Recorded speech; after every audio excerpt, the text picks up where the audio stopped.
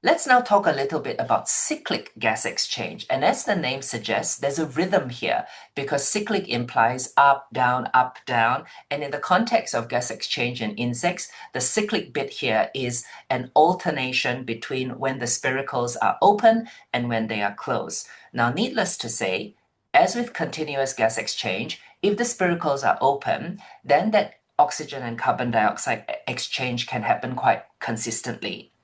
However, when they are closed, as you can imagine just holding your breath, right?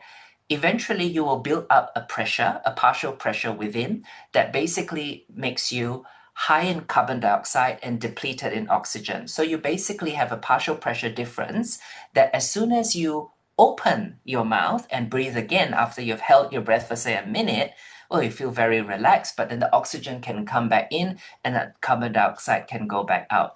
So this rhythmic pattern, right, where they open and close, allows for insects that maybe have moderate metabolic demands to balance their metabolic needs alongside conserving water, right? So rather than being open continuously, right, you're basically opening periodically and essentially having oxygen delivered when you need it, having carbon dioxide removed when you need it, and also sustaining as much, preserving as much water as possible. So in a weird way, you're reducing your evaporative or respiratory water loss, right? And so it's typically a pattern associated with insects with that like I said, that moderate level of metabolic demand, and in insects where you don't have to continuously ventilate because it's unnecessary.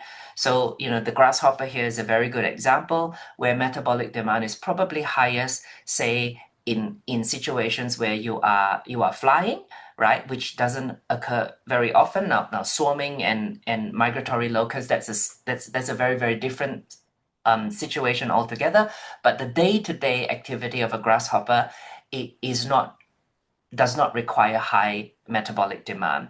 So something that is cyclical, like cyclic gas exchange for this particular animal, is an ecological adaptation that means it can have the best of both worlds, right? It can get rid of waste, it can extract oxygen, but then also prevent water loss.